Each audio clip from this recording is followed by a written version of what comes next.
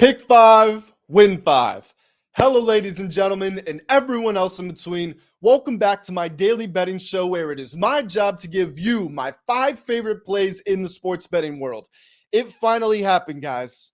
The win streak, the wonderful win streak that was making us all so much money, it finally broke. We had 5 straight days of profit, and we only went 1-4 yesterday, only won a single game. But don't bow your heads and cry because it's over.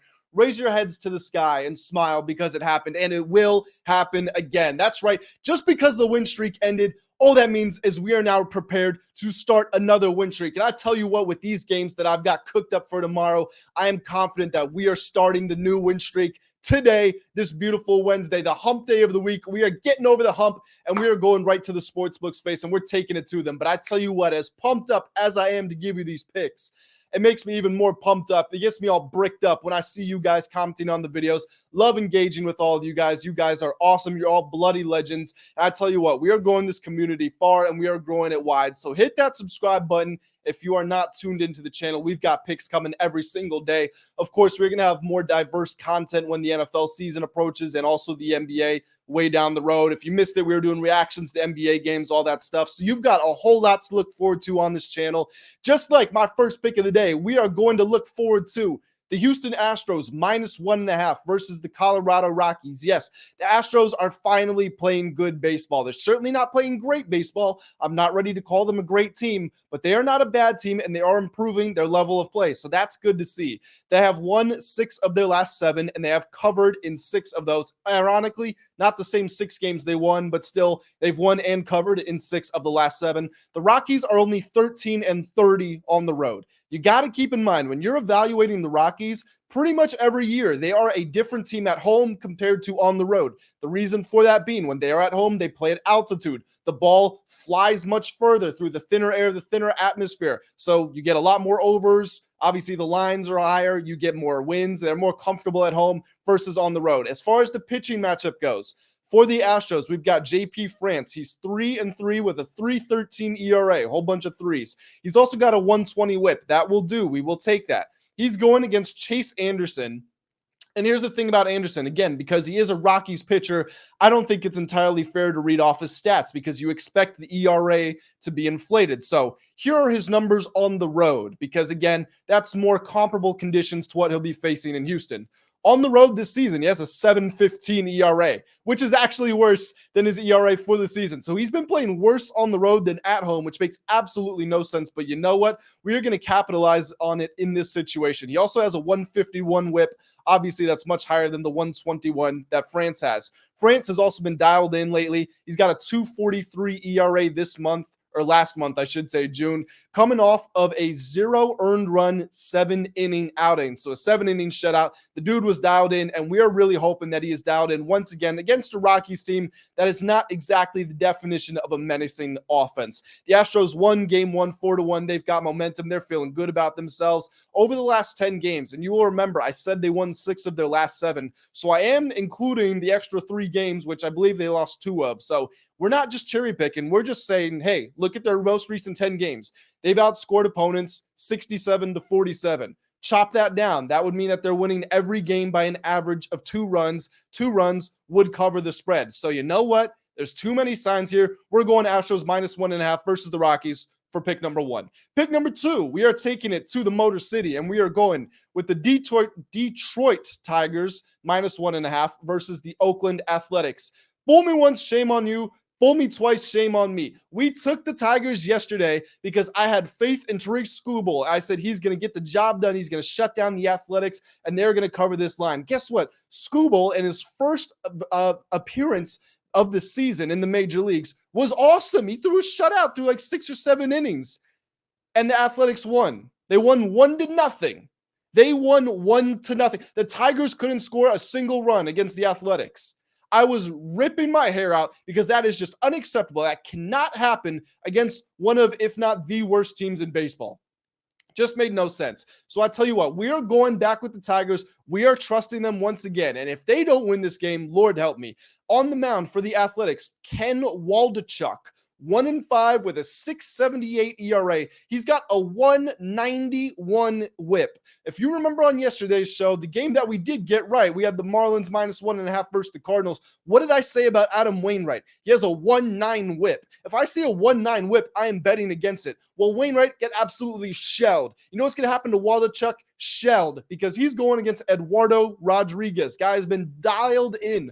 4-4 with a 2.13 ERA and a 0.98 whip with over 100 innings pitched this season. So that's a proof of concept. We have a large sample size. We can trust good old Erod in this game. Yes, the Tigers got blanked again yesterday. No, it's not going to happen. It's not going to happen again, I should say. They got blanked yesterday. Won't happen again today. This is the Tigers, I understand, but this is the Athletics.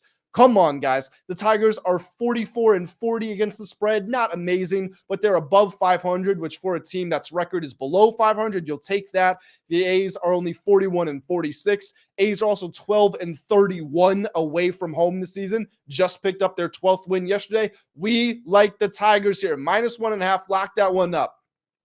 Let's go over to our only underdog of the day. Our other 4 picks are all favorites on the run line, which maybe you're a little concerned by that, but I think the logic is pretty sound. And of course, we have been taking a lot of underdogs recently. About half of our hits during that win streak were for plus money. And these favorites, obviously, because they are run lines, they're still pretty close to plus money. Some of them might even be, actually. But the point being, we are not just betting favorites every day on this channel. We are taking the best bets available. So when I tell you that pick number 3, the Diamondbacks money line versus the New York Mets, when I tell you that I like this pick, it's one of my 5 favorites, I absolutely mean it. For the Mets, they've got Kodai Senga, 6-5 with a 3.53 ERA, going against Tommy Henry, who's 5-1 with a 4.08 ERA. Both of them have the exact same whip. Now, you would look at that and say the Mets, well, same whip. Guys got, the record doesn't really matter for pitchers. Guys got a better ERA. Sounds like the Mets have the advantage. Here's the thing.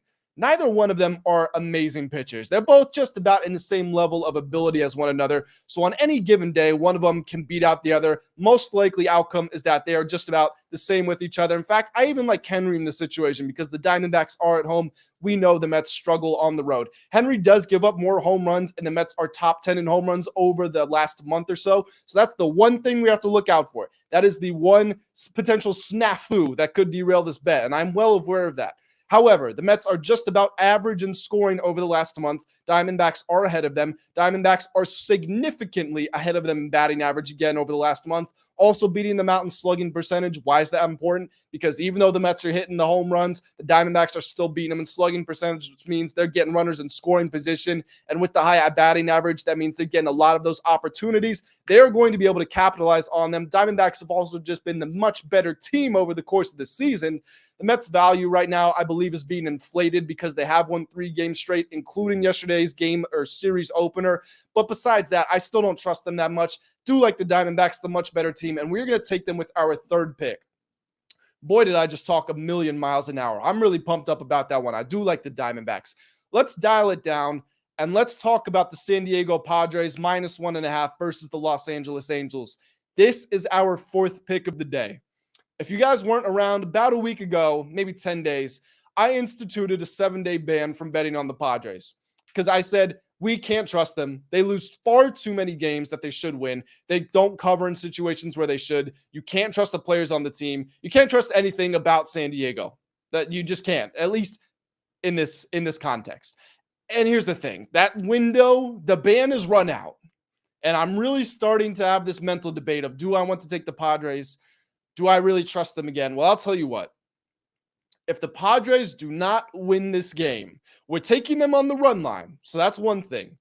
But if they don't win this game, I am adding a 1-month ban on this channel from betting on the San Diego Padres.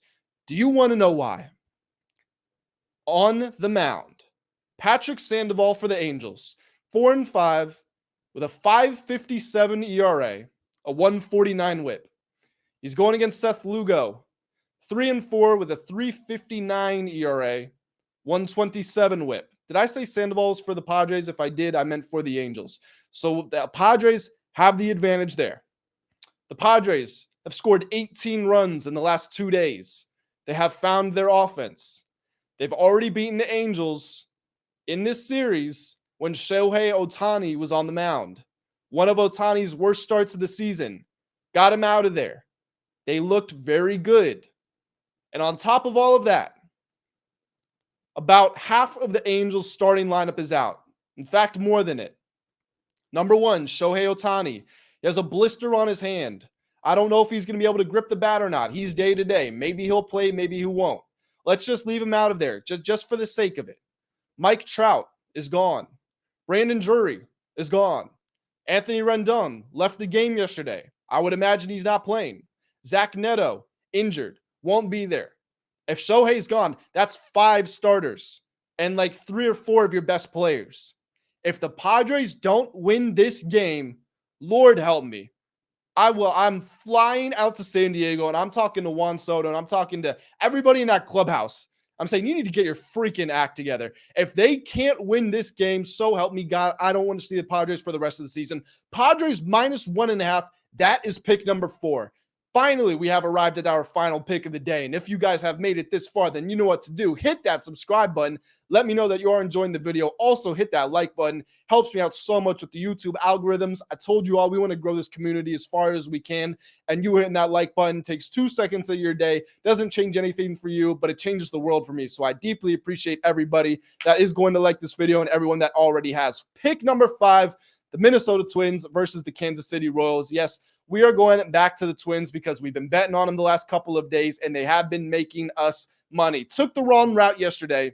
Went with the under. Fittingly, I said Zach Greinke gives up too many home runs. He gave up 3 home runs in this game. One of them was a 3-run shot. He doesn't give that one up. Then we at least get a push on the bet. Shot myself in the foot there. I own that one, and I've learned my lesson. We're going back to the Twins run line for the second time in 3 days. On the mound, Pablo Lopez for the Twins. 4-5 with a 4.24 ERA, a 1.15 whip, doing a very good job this season. Going against Alec Marsh. Alec Marsh is 0-1 with an 11.25 ERA and a 2.50 whip. So here's the thing. He's probably not that bad. We don't know. Maybe he is that bad.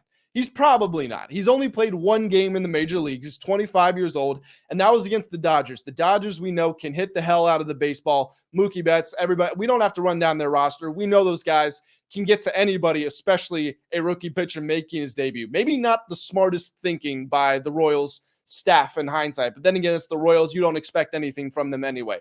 But here's the thing about this kid, Marsh. He wasn't good in the minor leagues either. This season, he was 5-3.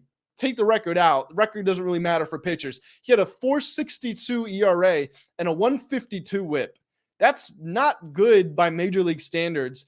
And for him to have done that in the minors, obviously people are going to get to him in the major leagues. I mean, we saw that with the Dodgers.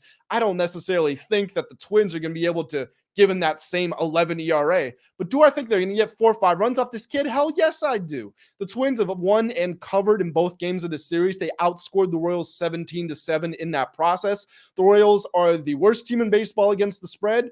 They've got the second worst bullpen in bullpen ERA in the league. So, regardless of how good Marsh plays, let's say he throws a 6-inning shutout, they get their relievers in there for the final 3 innings. They're probably going to blow the game. And the Royals have also scored the second fewest runs in baseball over the last month. You guys know I love my last 30 days stats for offenses because it shows me how well that team is playing at the moment. Well, the Royals offense hasn't been there all season, and it hasn't been there over this last month. So why are we expecting it to show up in this game where they've already lost 2 out of 3 in the series, and they've got a kid on the mound who's most likely going to get exploded on? Guys, final pick of the show, we're going Twins -1.5 versus the Royals. Let's do the rundown.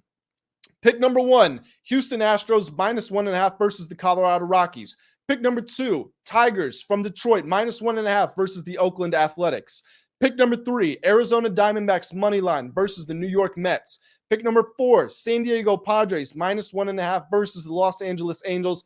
Pick number 5, the Minnesota Twins -1.5 versus the Kansas City Royals. Guys, if you made it this far, you know what to do. Hit that subscribe button, like the video, comment as per usual. Let me know which games you're fading, which games you are tailing, and I appreciate everybody that is tuned into this video. So for everybody out there, I look forward to seeing you on the next episode, and until then, have a great day.